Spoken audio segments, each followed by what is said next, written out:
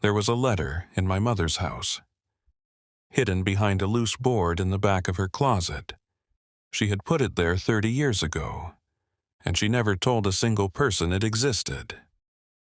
I found it 3 weeks after she passed, and when I read it, I sat on the floor of her bedroom for a very long time, because that letter changed everything I thought I knew about my entire life.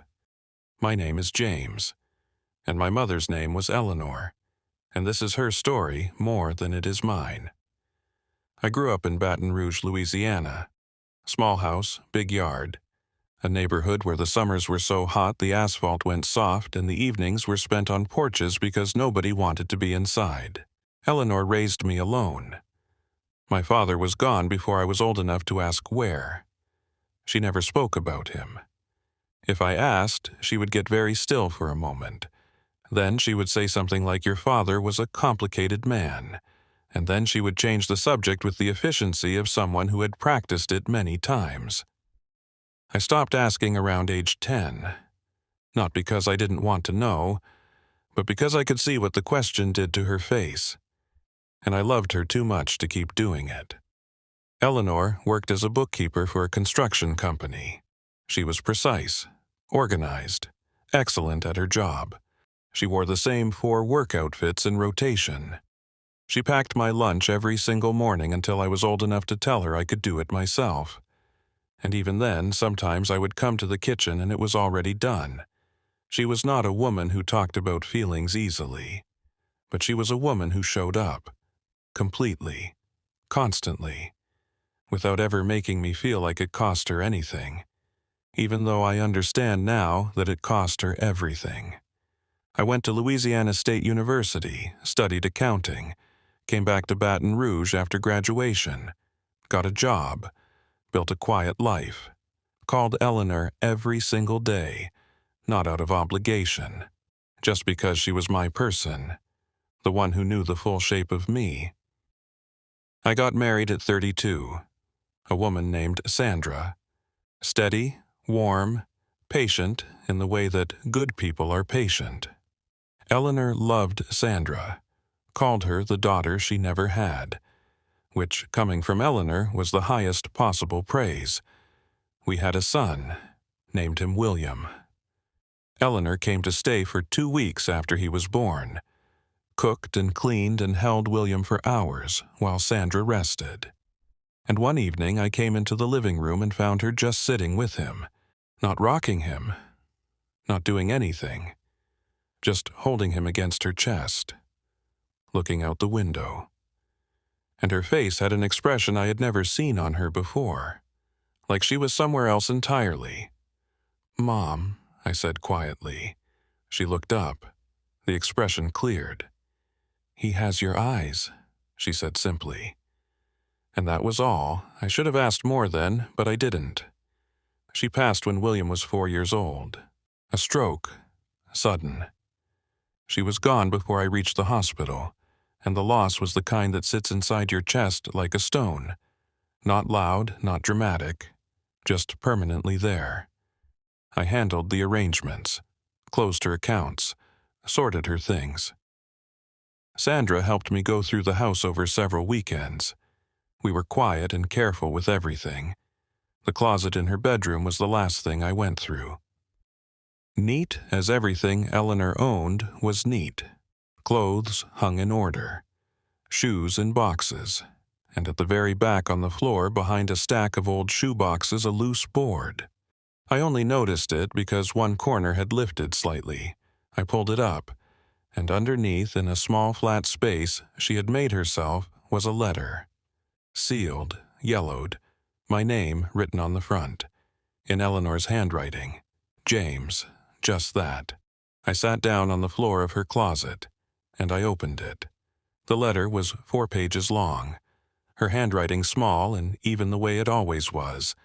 It began, "James, if you are reading this, then I am gone." And I finally ran out of time to tell you myself. I have started this letter many times over the years. I was never brave enough to finish it, so I am finishing it now. Your father's name was Robert Calloway. We met when I was 23, he was 27. We were married for 2 years. I loved him in the way you love someone when you are young and don't yet know the difference between a person and a feeling. When I found out I was expecting you, I was so happy, James. I want you to know that first, whatever comes after that. I want you to know that you were wanted before you were anything else. But Robert was not ready, not for a child, not for the weight of a real life. He left when you were 7 months old. A note on the kitchen table. I am sorry, Eleanor. I cannot do this. That was all. I did not hear from him for 3 years. And then one day a letter came. He was living in Nashville. He said he had thought about us every day. He said he wanted to come back. He said he had changed. I held that letter for a long time, and I made a decision that I have questioned every day since. I did not write back. I did not give him the chance. Because by then I had built something stable for you, a routine, a home, a life that was quiet and ours. And I was afraid, James. I was afraid he would come back and then leave again. And the second time you would be old enough to remember it. And I could not protect you from a pain I could not control. So I protected you the only way I knew how. I kept him out. What I did not know, what I found out many years later through a woman we had both known, is that Robert came to Baton Rouge.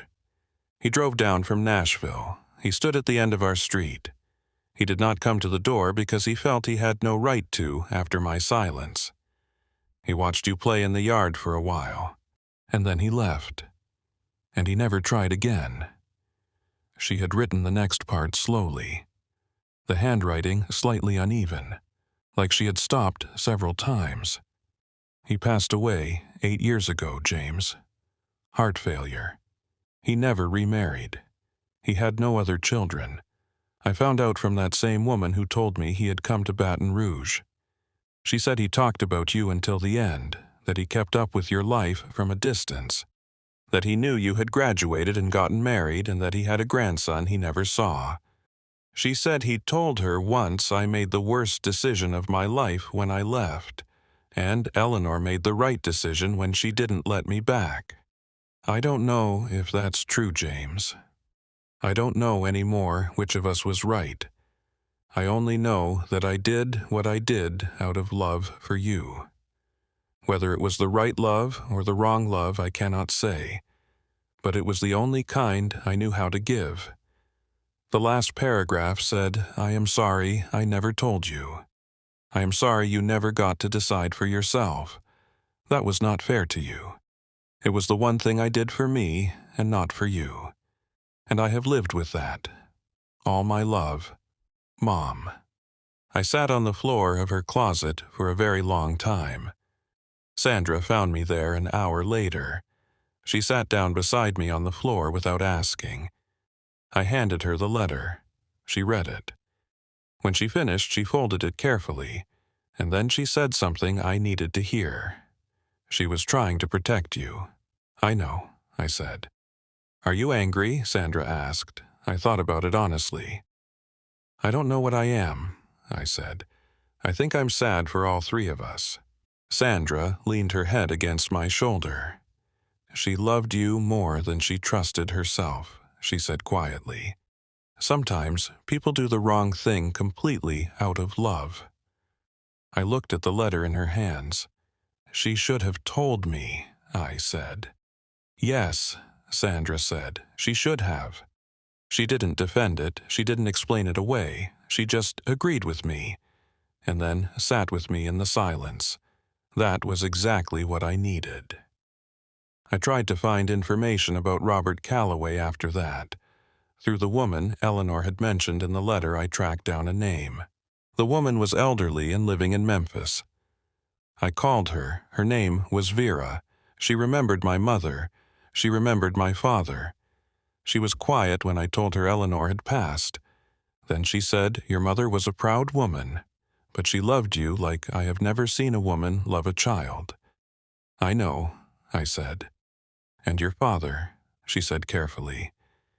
He was a broken man for a long time after he left, and a sadder one after he stopped trying. Did he ever talk about me? I asked.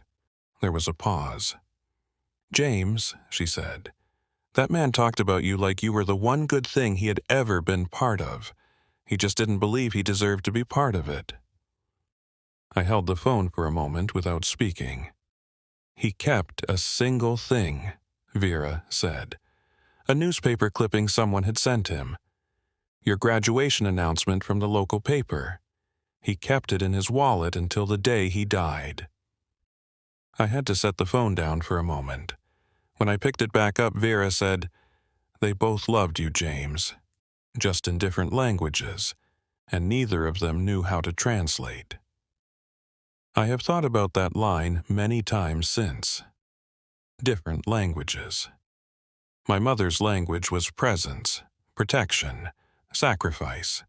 My father's language was distance and regret, and a newspaper clipping carried in a wallet for 15 years. Neither of them got it right. Both of them meant it completely. I visit Eleanor's grave every few months.